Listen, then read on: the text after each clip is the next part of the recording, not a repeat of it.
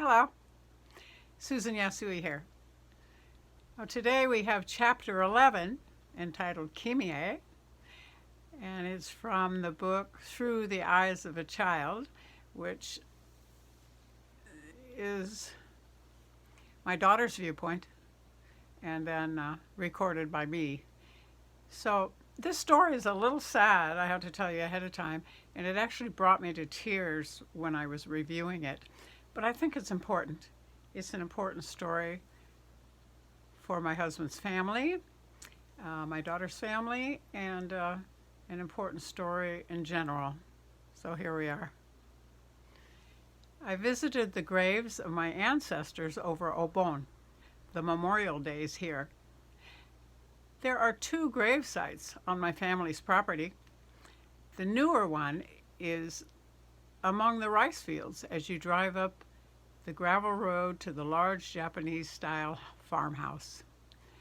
My great-great-grandpa's ashes are buried there, and those of my great-grandmother. The gravesite I like the best, though, is the one tucked away among the trees. It's only about a 10-minute walk from the house, but it's up a small path that would be difficult to follow in the dark. The gravesite itself is kind of dark from the trees anyway, but we put brightly colored flowers there that we had picked from the garden the day before. I went with my grandmother. It was just the two of us. I carried the little drawstring bag made of kimono silk filled with raw rice. I placed a little of the rice at each of my old family members' gravestones. We also poured water over the gravestones as if to give them a drink. Then we placed incense at the base of each stone and lit it, leaving it to burn as we started back down the trail. The stones in that old gravesite are small and worn by the many hundreds of years that have passed. They bear no writing, no names or dates, but when I go there, it seems that no time has passed and that those people are somehow still with us today. The newer gravesite has a very small gravestone that marks the grave of a girl named Kimie. She died at the age of 3. You would never guess the significance of her death from the small concrete marker.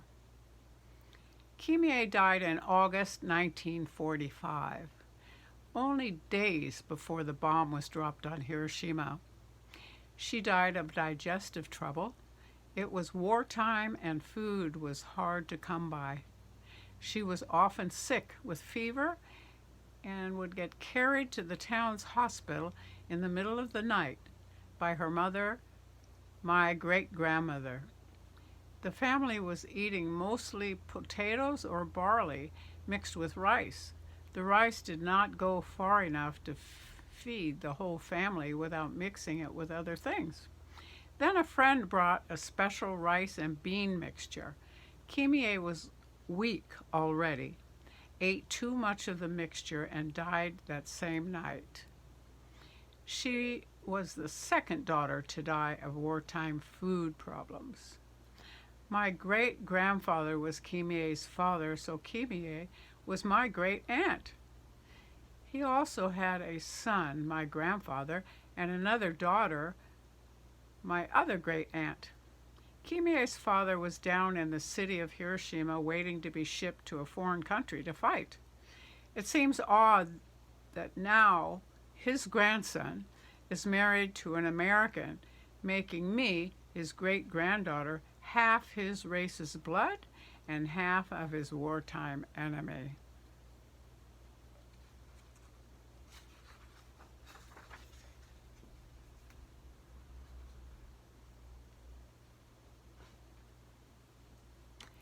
His wife and children used to travel 4 hours by train to the city, a 2-hour train trip now. They went on weekends in hopes of spending just a little more time with him before he shipped out to war, maybe never to return. They had no idea that soon the whole city would be gone. My great-grandfather would be gone too if it was not for the death of Kimie. I think that somehow she knew that her death would bring her father home, away from the city that would be bombed, thus saving his life and saving her family from the dire hardship of trying to survive without the man of the family. Kimie's father learned of his daughter's death too late to attend the funeral. He couldn't arrange with his army unit in Hiroshima City to travel back to his hometown in time. In the end, that too saved his life. Had he made the round trip even one day earlier, he would have been back in the city at the time the bomb was dropped. As it turned out, he was on the train back to Hiroshima City from Hibagun Saijocho when he and the other passengers saw a very bright flash of light in the sky. They had no idea what that meant. The train stopped at Yaga Station and couldn't go any further. He could not believe what he found there. The city had been completely destroyed by the atomic bomb. People that were still walking had skin that was badly burned. What he saw and experienced was far, far beyond belief or understanding. He started to walk toward the area of his army base. The city was on fire. He walked in horror until he reached his unit. No one was left alive. He dropped to his knees, buried his face in his hands, and wept. He couldn't telephone his family. The phone lines were out. His wife heard some vague news of the horror of what had been Hiroshima City. In concern for her husband, she gathered up her two remaining children, her 10-year-old daughter and her 8-year-old son, who is now my grandfather. The three of them left for the city by train, but again, the train only went as far as Yaga. She had no idea that the lives of her children might be in jeopardy due to the radiation. She had no idea of what she would find in the city or what had happened to her husband.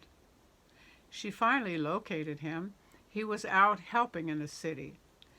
He had been assigned to the enormous amount of work left by the destruction of the bomb. She returned home with her two children. But she never forgot.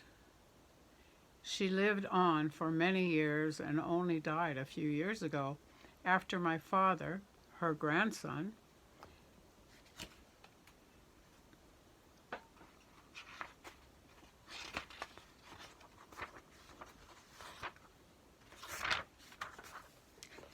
had married an American. I met her before she died. She never quite resigned herself to the marriage of my parents, but I remember her smiling at me the first time we met. The look in her eyes seemed to say that somehow children transcend all hate. Her husband, my great-grandfather, is still alive now. He spends much time in the hospital, weakened from the effects of the bomb, even these 50 years later. He came home from the hospital last week for the Obon ceremony, though. He looked old and tired to me as he sat eating his boiled rice gruel, his teeth too old to chew. I stood behind him, pounding his shoulders with my little fists, hoping to ease the old pain that still lingers on his face. I felt him sigh as he enjoyed the ton, ton, ton of his half-American great-granddaughter's massage. I think he felt my love for him. I wonder if my little fists reminded him of Kimie. That's the end of that story, but it's not the end of Kimie, really, because I am going again to her gravesite in a couple of days. I'm going to Hiroshima. I found her little stone marker last September, and the family was very surprised, even about the story, because the people that are alive now is another generation, and they didn't really know about Kimie. So I was happy to tell them about this wonderful child in their lives, in their family lives. So thank you so much, and I hope you come back for the next one. All right, bye-bye.